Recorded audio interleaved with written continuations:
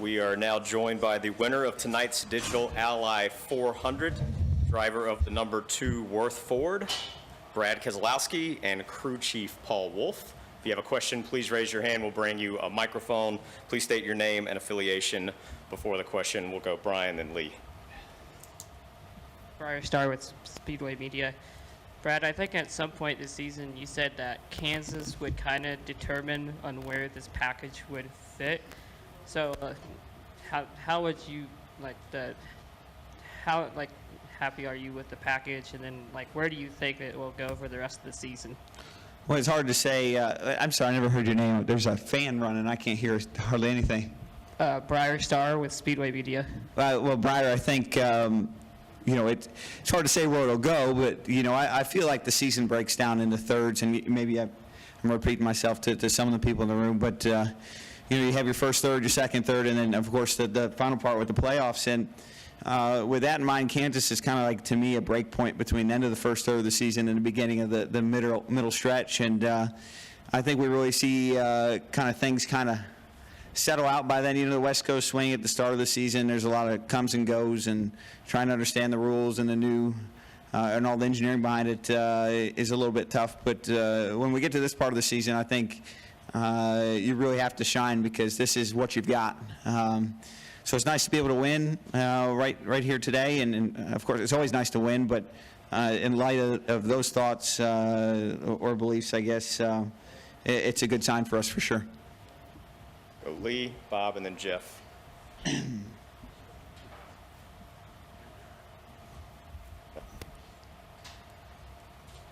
Lee, I think it's, here we go, coming at you. Nick with the assist. Yeah. Thank you.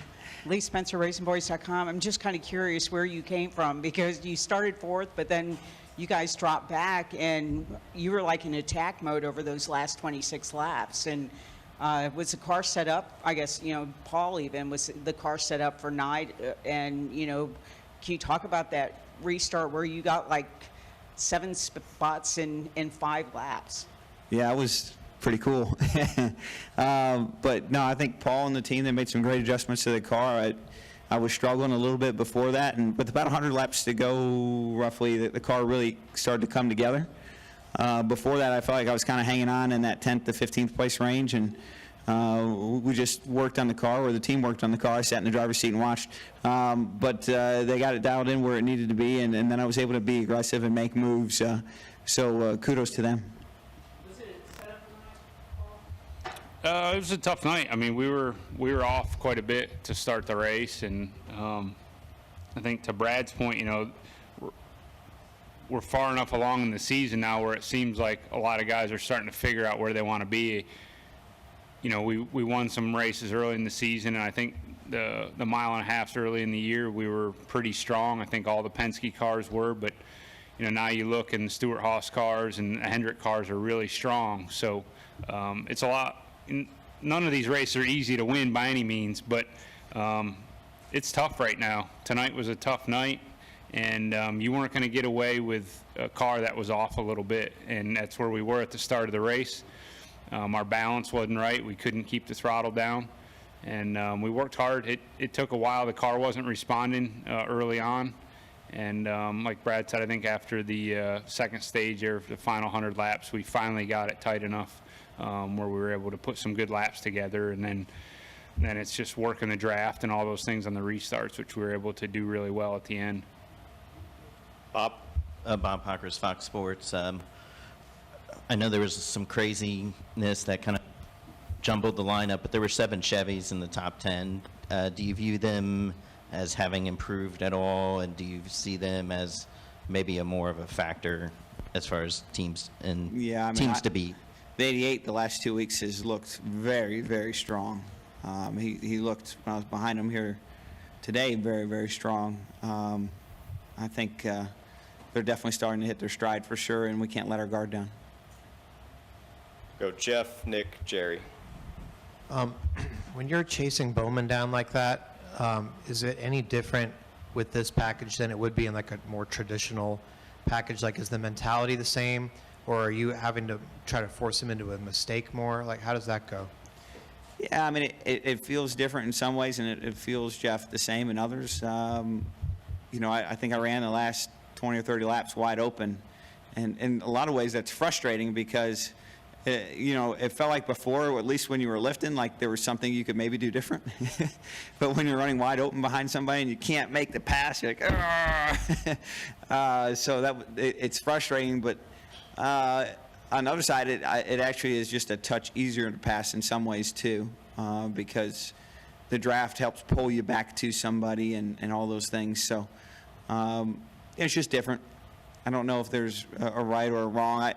I felt like going into this race that this would be a good, especially with it being a night race and being cool temps, this would be a strong showing for these rules and for the ability to pass and do those things. And I obviously I'm a little biased because I won the race, but I felt like it was. I feel like you saw the cars run closer than they probably ever have here, and saw some pretty good battles throughout the day.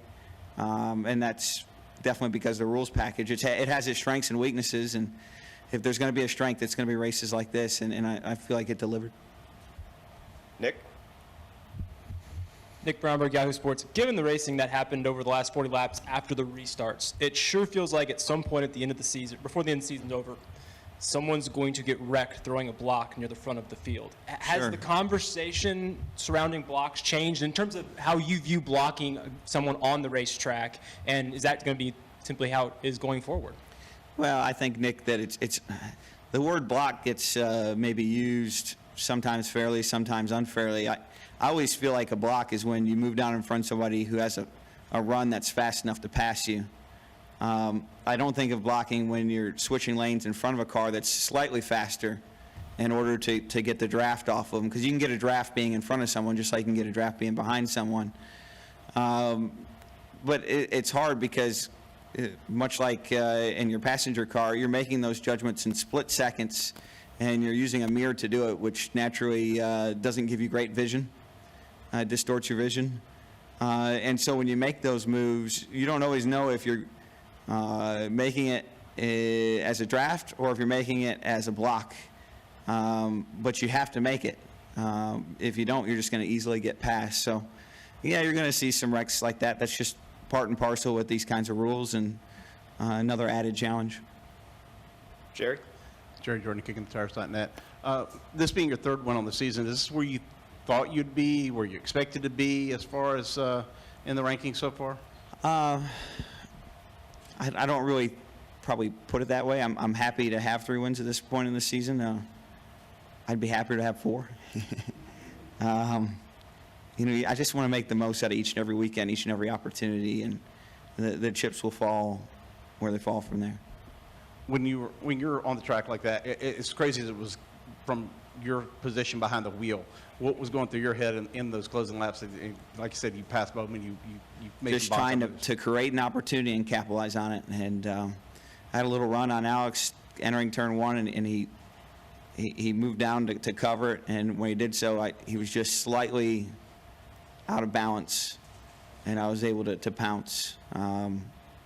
It feels a little bit like watching a football game and watching somebody like a corner versus a wide receiver and watching them kind of work each other. It felt a lot like that to me, at least in my mind. And you're just trying to get him off balance and cut and go the other direction and get away from him. And that's what we were able to do. We'll go to Pat, Nick, and then up front to Clint. Pat Nicole, NASCAR.com. This is one of those races that really, the intensity was like tangible through the TV. Do you feel that as a driver, and was this race any different? Yeah, oh, absolutely. I felt like in practice it was much more intense than a normal practice here. The cars undoubtedly are easier to drive by themselves than they used to be, but the demands of being able to run in the pack are very, very high, very strenuous. Your peripheral vision gets tested, all those things, your proprioception, to know where you're at in space and be able to make all the right moves. It really challenges you both mentally and physically in a different way than before. Physically, I felt like, especially last week, this has been way more challenging physically because the cars are going so fast through the corner. And, I got out of the car last week and I felt like I was 3 inches shorter, just from all the G-forces. And I went and tested in Chicago, and I thought it was just me, and then Ryan Newman came up to me and explained the same thing. I was like, you too? Yeah, me too. And then saw about 3 or 4 other drivers, and they all said the same thing. Like, man, I have never, ever felt that beat in the race car before. And this was a more physically challenging race than I can remember here, just because of those increased loads. But that's part of the game. Nick? This question's for both of you. I think you're now 4th in the point standings, obviously tied for the series lead in wins. If you divide the season by thirds, what does this middle third look like in terms of balancing, maximizing playoff points, and getting ready to be really, really good in the final third? I don't know. Why don't you take that one, Paul? I've been hogging them. Yeah. Well, I think, as we look at the start of the season, we're just trying to understand the rules package, and I think we're at a place now where, to be where we want to be when the playoffs start, we need to, do some things different and explore a little bit with our cars and try to understand, because with this new rules, there's a lot more options, I feel like, when we talk about where we want to be on downforce or drag, and I think we saw a different spread of that as you look at qualifying. With the impound qualifying, you kind of have what you're going to race, and you can see the different speed in cars, and but how that races in the pack is different as well. So we're trying to figure out where we want to be. I mean, we were strong to start the season, but like I said earlier, you saw some teams that have really stepped up over the last few weeks and kind of figured out where they want to go in a direction, and I think we got to continue to explore a little bit to maximize everything we can and put ourselves in a spot. So having 3 wins is nice, and that gives us that opportunity to continue to try some new things and see if we can find a direction that has a little more speed. Yeah, I mean, the season's dynamic, and teams are going to learn things and get better, and, we certainly can't rest on our laurels, and I don't expect we will. Back to Briar. So going into this race, what were kind of your expectations? Did you feel like we were going to see single file with this package, or did you expect what we were going to see tonight with No, with the cool temps, I expected it to be side by side. I don't know if I expected, our performance to be as strong as it was at the end, but I'm happy for it. I think the way the race played out, where the weekend played out, with just being a really cold weekend, it's, I think I told somebody today that, it used to be we wanted daytime races because it fit the rules. Now it's the opposite. Nighttime's the new daytime for NASCAR, as far as the racing being better, I think, during the night, because it gives you the grip to be able to take advantage of what this car rule setup is designed for. So with it being cool temperatures and being a night race, I think that's exactly what we saw, and that's part of why the cars were double file a lot of times in the race where normally they wouldn't be. Any additional questions, Jeff, then Lee? Eric Jones said you jumped the restart. Did you take off a little early? What's that? I'm sorry. Eric Jones said you jumped the restart. No, I was right at the line. The first line. Then Lee? At 35, I'm not calling you old, but you had a couple of 20-something kids behind you. Can you speak to them, speak about them, maybe even Bowman? Bowman's finished second 3 weeks in a row. And Has he really? I didn't even know that. He's trying to close. And I mean, like you said, there was a little bobble. You took advantage of it. It seems like, experience won out tonight. Yeah, you finish second 3 weeks in a row, you're going to win a race. So he's got a lot to be proud of, and he's doing all the right things. They have the speed and all those things, so that's certainly impressive. But there were some opportunities there, and I just took advantage of them. It's not probably really even his fault, just part of how the chips fell. What do you think about even as a talent there? Well, I think if you finish second 3 weeks in a row in the Cup Series, you're definitely earning your position and showing your talent. No problem, Lee. Anything in the press box for Brad or Paul? No questions. Copy. Gentlemen, congratulations again on Thank the win. you. Thanks Have for a great your day, time. guys.